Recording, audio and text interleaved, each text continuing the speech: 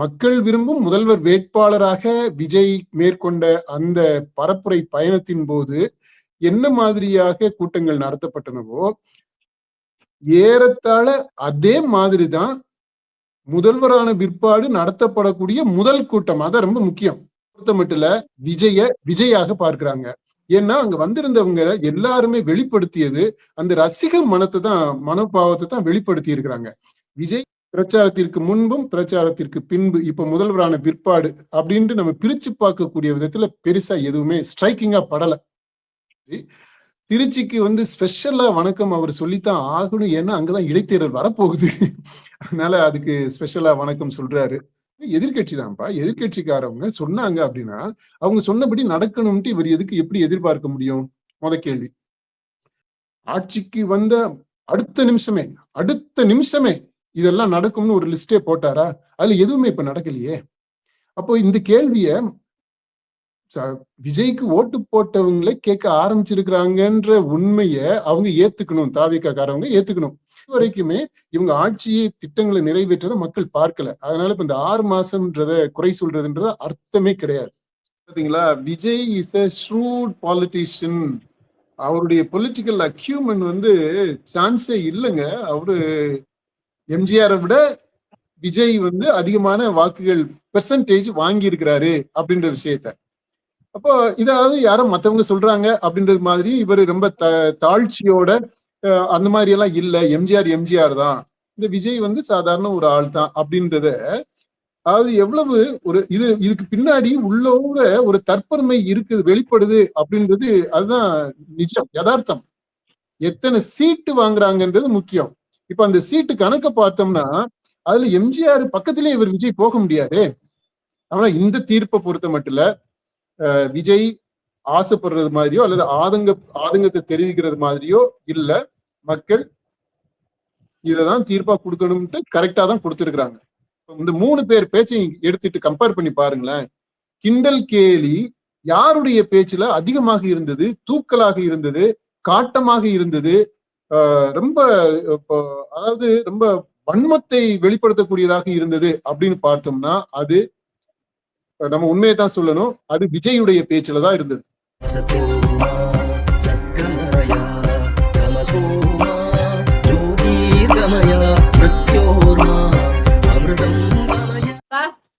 தமிழக முதல்வராக விஜய் பொறுப்பேற்ற பிறகு திருச்சி கிழக்குல மக்களுக்கு நன்றி தெரிவிக்கிறாங்க. மக்கள் சந்திப்பு நிகழ்ச்சியை நடத்தினாரு. முதல் முறையா இந்த பொதுக்கூட்டம்ங்கிறது நடந்திருக்குது. இந்த பொதுக்கூட்டம் நடந்த விதம் எப்படி இருந்துச்சு, அதான் நம்ம தேர்தலுக்கு முன்பு பிரச்சாரங்கள்லாம் எப்படி இருந்துச்சு அப்படிங்கறத பத்தி நிறையவே நம்ம பேசியிருக்கிறோம். முதல்வரான பிறகு நடந்த இந்த பொதுக்கூட்டம், இந்த நடந்த விதம் ரெண்டுக்கும் ஏதாச்சும் வித்தியாசம் இருந்துச்சா? எனக்கு ரெண்டுமே ஒரே மாதிரி இருந்த மாதிரிதான் தெரிஞ்சிச்சு. உங்களுடைய நீங்க இந்த நேற்று நடந்த இந்த பொதுக்கூட்டத்தை எப்படி பாக்குறீங்க? அந்த நடந்த விதம் எப்படி இருந்துச்சு? இது நம்ம தொலைக்காட்சியில நேரலையில நம்ம பார்த்தோம். அதே சமயத்துல நம்ம மக்கள் ஆய்வை சேர்ந்த அந்த கள ஆய்வு செய்யக்கூடிய அந்த ஆய்வாளர்கள் அதுல 2 பேரு இந்த கூட்டத்துல போய் பார்த்து எப்படி நடக்குது, என்ன வரும் அப்படின்றத பார்த்து நமக்கு அந்த இன்புட்டும் கொடுத்துருக்குறாங்க. அதையும் சேர்த்து தான் நம்ம இப்போ இந்த காணொலியில நம்ம பேசுறோம். இப்போ இவரு முதலமைச்சராகி இந்த மாதிரி முதல் முறையாக முதலமைச்சராக ஒரு கூட்டத்துல பொதுக்கூட்டத்துல பங்கெடுத்துக்கிறாரு. பொது வெளியில இது மாதிரி வர்றாரு. அப்படின் போது அந்த கூட்டம் நடத்தப்பட்ட விதம், அது எப்படி ஆர்கனைஸ் பண்ணியிருந்தாங்க அப்படின்றத பார்த்தோம்னா, இது தேர்தலுக்கு முன்பாக பிரச்சாரத்தின் போது என்ன மாதிரியான வழிமுறைகளை பின்பற்றி அந்த கூட்டங்கள் நடத்தப்பட்டதோ அதே போலதான் இந்த கூட்டமும் நடத்தப்பட்டிருக்கு. இதை நம்ம வெளிப்படையாக சொல்றதுல நம்ம தயங்க தேவையில்லை. நீங்க சொன்னது மாதிரி நீங்க போற போக்குல சொன்னீங்க இல்லையா, விஜய் மக்கள் விரும்பும் முதல்வர் வேட்பாளராக விஜய் மேற்கொண்ட அந்த பரப்புரை பயணத்தின் போது என்ன மாதிரியாக கூட்டங்கள் நடத்தப்பட்டனவோ ஏறத்தாழ அதே மாதிரிதான் முதல்வரான பிற்பாடு நடத்தப்படக்கூடிய முதல் கூட்டம். அதான் ரொம்ப முக்கியம். The first meeting of the chief minister. இந்த கூட்டம் ஒரு பரப்புரை கூட்டம் மாதிரியாகவே வடிவமைக்கப்பட்டிருந்தது அப்படின்றது அது வருத்தத்திற்குரிய விஷயமாக சொல்றதா இல்ல அப்ஜெக்டிவா நம்ம பார்த்தோம் அப்படின்னா இதுல நம்ம வருத்தத்தை எக்ஸ்பிரஸ் பண்ணி என்ன ஆக போகுது. ஆனா வெளிப்படையாக நம்ம பார்க்கும்போது அப்ஜெக்டிவா பெரிய அளவுல வேறுபாடுகள் இல்லை அப்படின்றத நம்ம சொல்லித்தான் ஆகணும். சரி, இப்ப அடுத்ததா வந்து பாத்தீங்கன்னா நம்ம அந்த பிரச்சார டைம்ல வந்துட்டு அந்த பிரச்சாரத்துக்கு வந்த ரசிகர்களா இருக்கட்டும், பொதுமக்களா இருக்கட்டும், அவங்களுடைய பிஹேவியர் வந்து எப்படி இருந்துச்சுங்கிறது நம்மளுக்கு தெரியும். இப்போ நடந்த அந்த பொதுக்கூட்டத்திலேயே அவங்களுடைய பிஹேவியர் எல்லாம் வந்து எப்படி இருந்துச்சு? ஏன்னா முதல்வரா அவர் வந்து விஜய் வந்து முதல் முறையா மக்கள் பாக்குறாங்க. அப்போ வந்து அவங்களுடைய பிஹேவியர் வந்து எந்த அளவுக்கு இருந்துச்சு? இந்த விஜயை பார்க்கக்கூடியவங்க விஜயாதான் பாக்குறாங்க. விஜய தேர்தலுக்கு முன்பு அவர் பிரச்சாரம் பண்ணும்போது வெற்றி வேட்பாளராக, மக்கள் விரும்பும் முதல்வர் வேட்பாளராக விஜயை எப்படி பார்த்தார்களோ அதே போலதான் வெற்றி அடைந்து முதல்வராகி வெற்றி வேட்பாளராக வெற்றி அடைந்தவராக வந்திருக்கக்கூடிய இந்த விஜயையும் பார்க்கிறாங்க. அவங்கள பொறுத்த மட்டும் விஜயாக பார்க்கிறாங்க. ஏன்னா அங்க வந்திருந்தவங்க எல்லாருமே வெளிப்படுத்தியது அந்த ரசிக மனோபாவத்தை தான் வெளிப்படுத்தி இருக்கிறாங்க. விஜய் மீது ரொம்ப அன்பு, விஜய் மீது மிக ஆழமான காதல், அதை தான் வெளிப்படுத்தி இருக்கிறாங்க. அங்க வந்திருந்தவங்க எல்லாருமே விஜய் இப்ப முதல்வராக இல்லாம சும்மா வந்திருக்கிறாருன்னு வச்சுக்கிறோமே, சாதாரணமாவே, அதாவது இந்த தேர்தலை விட்டுருங்க, விஜயா ஒரு நடிகராகவே வர்றாரு அப்படின்னா அப்பவும் இதே மாதிரியான வரவேற்பு தான் இருந்திருக்கும் அவருக்கு. அதனால அங்க வந்திருந்தவர்கள் எல்லாருமே விஜயை ஒரு விஜயாக, அதாவது அவர்களுடைய கனவு நாயகனாக பார்த்திருப்பாங்க இல்லையா, அந்த பிம்பத்தை தான் திரும்பவும் முதல்வரான விஜய் மீதும் திணித்து பார்க்கிறாங்க. அவங்கள பொறுத்த மட்டும் விஜய் தான் முக்கியம், விஜய் தான் கடவுள். அந்த விஜயை எப்படி அந்த பிரச்சாரத்தின் போது பார்த்து இப்படி பரவசப்பட்டு அதை பற்றியெல்லாம் நம்ம காணொலி எல்லாம் போட்டிருக்கிறோம். எப்படி பெண்கள் கண்ணீர் மல்கி அப்படி எல்லாம் பேசுறாங்க பாத்தீங்களா, நெஞ்சு நெக்குருகி, அந்த மாதிரி இதுலயுமே நம்ம பாக்குறோம். இப்பயுமே சில பெண்கள் அந்த பிள்ளைங்க கண்ணீர் விட்டு அப்படியே அந்த ஆனந்தத்தை, மகிழ்ச்சியும் கடந்தது இது, ஆனந்தத்தை வெளிப்படுத்துறாங்க, அப்படியே அழுகுறாங்க. ஐயோ, ஒப்பாரி வைக்கிறது மாதிரி இருக்கு. சில சமயம் எதுக்குடா இவ்வளவு அழுகை, தேம்பி அழுகிறது மாதிரி எல்லாம் நான் ஒரு காட்சியை பார்த்தேன். தேம்பி அழுகக்கூடிய அளவிற்கு அந்த மாதிரி எல்லாம் இருக்கு. இப்போ இதெல்லாம் துணை நடிகைகளை வச்சு இப்போ அந்த மாதிரி செட்டப் பண்ணியிருந்தாங்க அப்படின்ட்டு பிரச்சாரத்தின் போது விமர்சனங்கள் எல்லாம் சொன்னாங்க. நம்ம அந்த மாதிரியான விமர்சனங்களுக்குள்ள எல்லாம் போக வேண்டாம். ஆனா இந்த கூட்டத்தில் கலந்து கொண்ட ஆண்கள், பெண்கள், அவர்களுடைய பெரியவங்களும் இருந்தாங்க. அவங்களுடைய ஒட்டுமொத்தமான மனநிலையை பார்க்கும்போது அவங்க எல்லாருமே விஜய் என்ற கதாநாயகன், திரை நாயகனை இப்போ நேரடியாக பார்க்கக்கூடிய, தரிசிக்கக்கூடிய பெரு வாய்ப்பு கிடைச்சிருக்குது. அந்த moment of encountering their divine, அந்த கடவுள், அவரை பார்க்கக்கூடிய அந்த உணர்வை தான் வெளிப்படுத்தி இருக்கிறாங்க. இதே உணர்வை தான் பிரச்சாரத்தின் போது விஜயை தரிசித்தவர்கள் வெளிப்படுத்தின உணர்வு. இப்பவும் அதே உணர்வு தான் வெளிப்படுது. அதனால கூட்டம் ஆர்கனைஸ் பண்ணப்பட்ட, நடத்தப்பட்ட விதம், அதுவும் சரி, கூட்டத்தில் பங்கேற்ற அந்த விஜய் ரசிகர்களுடைய, தாவேகா தொண்டர்களுடைய, இல்ல விஜய் என்ற கடவுளினுடைய பக்தர்களுடைய பிஹேவியர், நடத்தை என்பதும் சரி, ரெண்டும் பிரச்சாரத்திற்கு முன்பும் பிரச்சாரத்திற்கு பின்பு, இப்ப முதல்வரான பிற்பாடு அப்படின்ட்டு நம்ம பிரிச்சு பார்க்கக்கூடிய விதத்துல பெருசா எதுவுமே ஸ்ட்ரைக்கிங்கா படல. அடுத்து அவர் வந்து நேற்று பேசுறப்பவே கிட்டத்தட்ட 20 நிமிடங்கள் வந்து சிறப்புரை வந்து ஆரம்பிக்கிறாரு. ரொம்பவே உணர்ச்சி வசப்பட்டு அப்பெல்லாம் பயங்கரமா பேசினாரு. அவர் பேசினது வந்து உள்ளடக்கமா என்னென்ன பேசியிருக்கிறாரு அப்படிங்கறது ஒரு டீகோட் மாதிரி பண்ணிடலாம். ஆமா, அதை பத்தி நம்ம விலாவாரியா பேச வேண்டியது இருக்கு. சொல்லுங்க. முதல்ல வந்து அவரு திருச்சி மக்களுக்கு நன்றி தெரிவிக்கும் விதமா தான் பேசுறது. தமிழக மக்களுக்கு நன்றி வணக்கம் அப்படிங்கிறாரு. ஆனா திருச்சி மக்களுக்கு வந்து ஸ்பெஷலான நன்றிகளும் வணக்கங்களும் அப்படிங்கிறத சொல்லிட்டு, திருச்சி வந்து தமிழகத்துக்கு எப்படி ஒரு இதய மாதிரியோ எனக்கும் வந்து இதயத்துக்கு நெருக்கமானது அப்படிங்கறத வந்து சொல்றாரு. ஆமா, இப்போ தமிழக மக்களுக்கு நன்றி சொல்றாரு. ஏன்னா தமிழக மக்கள் அவருக்கு வாக்களித்து அவரை முதல்வராக்கி அழகு பாக்குறாங்க, அதனால நன்றி. திருச்சிக்கு வந்து ஸ்பெஷலா வணக்கம் அவர் சொல்லித்தான் ஆகணும், ஏன்னா அங்கதான் இடைத்தேர்தல் வரப்போகுது. அதனால அதுக்கு ஸ்பெஷலா வணக்கம் சொல்றாரு. இதுல நம்ம ஆச்சரியப்படுறதுக்கோ வியந்து பாக்குறதுக்கோ எதுவும் இல்லை. அவர் காரியக்காரர், காரியத்துல கண்ணா இருக்கிறாரு. அதனால திருச்சி மக்களுக்கு ஸ்பெஷலா, ஏன்னா அவங்க அப்செட் ஆயிரவும் கூடாது. இவரு 2 தொகுதியில அவர் பெரம்பூரை தேர்ந்தெடுத்துக்கிட்டாரு. அதை ரெப்ரசென்ட் பண்ற அபிஷியலா பெரம்பூருடைய எம்எல்ஏ இவரு. இப்ப திருச்சி எம்எல்ஏவா அவர் இல்ல, ஆனா போட்டியிட்டு ஜெயிக்க வச்சுட்டாங்க மக்கள். இப்போ அதை எப்படி சமாளிக்கிறது? அதனால சிறப்பு இடம் அப்படின்றாரு. அப்புறம் செல்லப்பிள்ளைன்னு கூட பின்னாடி சொல்லுவாரு. அந்த செல்லப்பிள்ளை அப்படின்று இந்த செல்லப்பிள்ளையா எது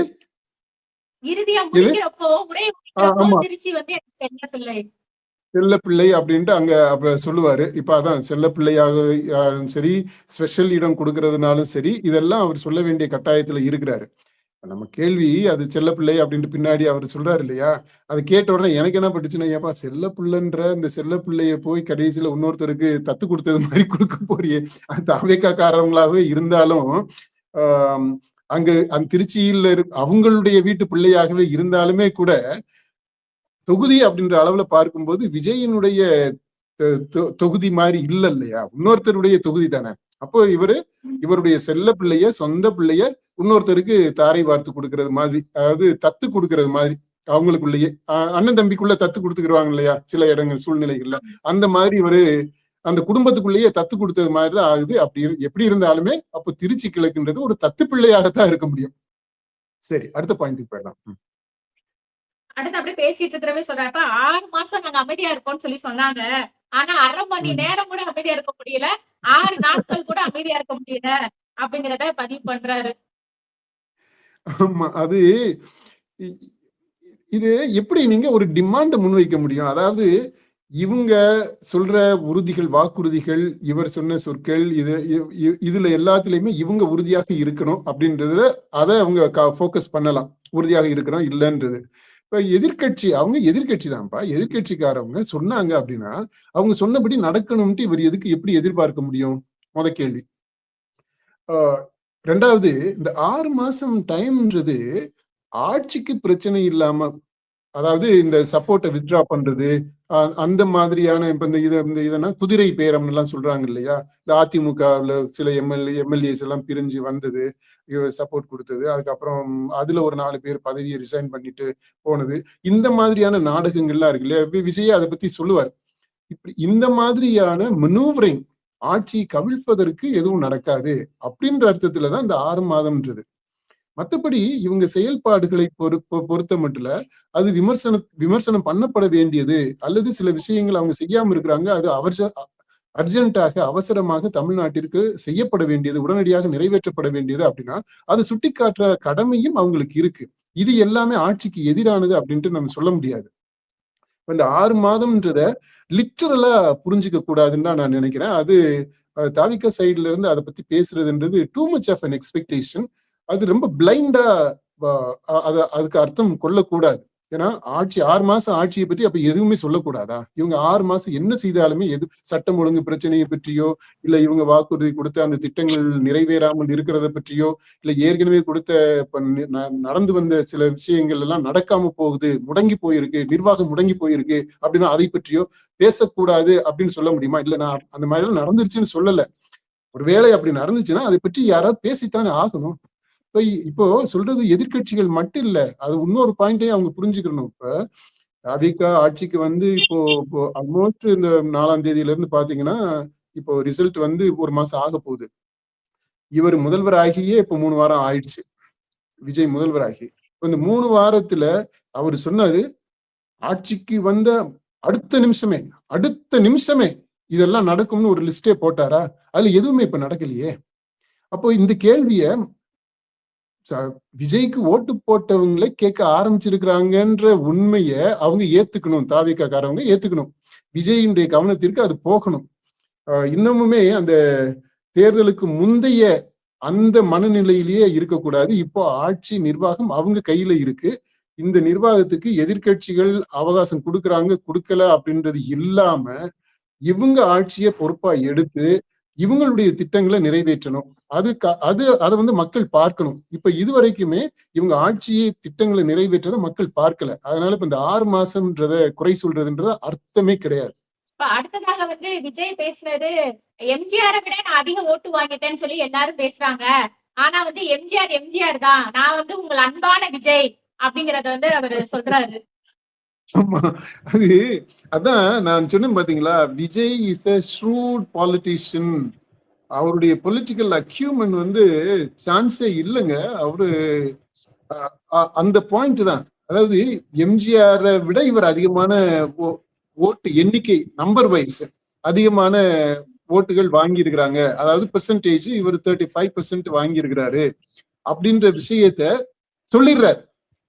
எம்ஜிஆரை விட விஜய் வந்து அதிகமான வாக்குகள் பெர்சன்டேஜ் வாங்கி இருக்கிறாரு அப்படின்ற விஷயத்த. அப்போ இதாவது யாரும் மத்தவங்க சொல்றாங்க அப்படின்றது மாதிரி இவர் ரொம்ப தாழ்ச்சியோட அந்த மாதிரி எல்லாம் இல்ல, எம்ஜிஆர் தான், இந்த விஜய் வந்து சாதாரண ஒரு ஆள் தான் அப்படின்றத, அதாவது எவ்வளவு ஒரு இதுக்கு பின்னாடி உள்ளோட ஒரு தற்பெருமை இருக்குது, வெளிப்படுது அப்படின்றது அதுதான் நிஜம், யதார்த்தம்.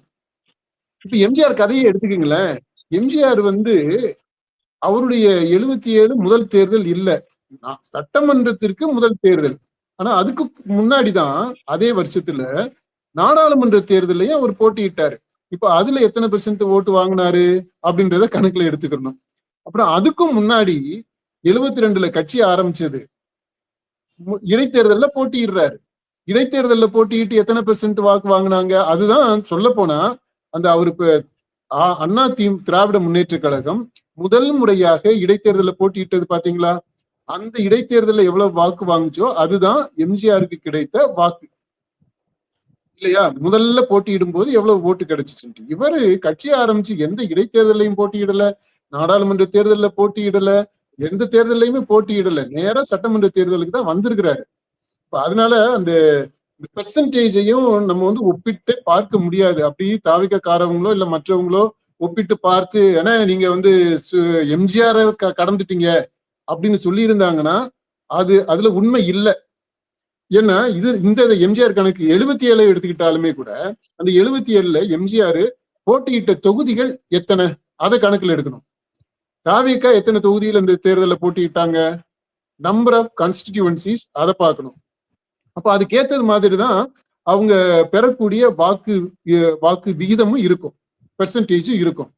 ரெண்டாவது ரொம்ப முக்கியமானது, இந்த நம்மகிட்ட இப்ப இருக்கக்கூடிய இந்த பிரதிநிதித்துவ சட்டப்படி ஒருத்தர் எத்தனை பெர்சன்டேஜ் வாங்குறாங்கன்றது முக்கியம் இல்ல, எத்தனை சீட்டு வாங்குறாங்கன்றது முக்கியம். இப்ப அந்த சீட்டு கணக்க பார்த்தோம்னா அதுல எம்ஜிஆர் பக்கத்திலே இவர் விஜய் போக முடியாது, இவர் ஆட்சி கூட அமைக்க முடியாத நிலையில தானே இருக்கிறாங்க, மைனாரிட்டி கவர்மெண்ட் தானே இது. எம்ஜிஆருக்கு அந்த மாதிரி நிலை, அந்த 3 தடவை தேர்தலில் போட்டிட்டாரு, 3 தடவை சட்டமன்ற தேர்தல்ல, அந்த 3 சட்டமன்ற தேர்தலையுமே எம்ஜிஆர் தனித்து ஆட்சி அமைக்கக்கூடிய பெரும்பான்மை பெற்றுதான் இருந்திருக்கிறார். இந்த மாதிரி அடுத்தவங்க கைய எதிர்பார்த்து இல்ல.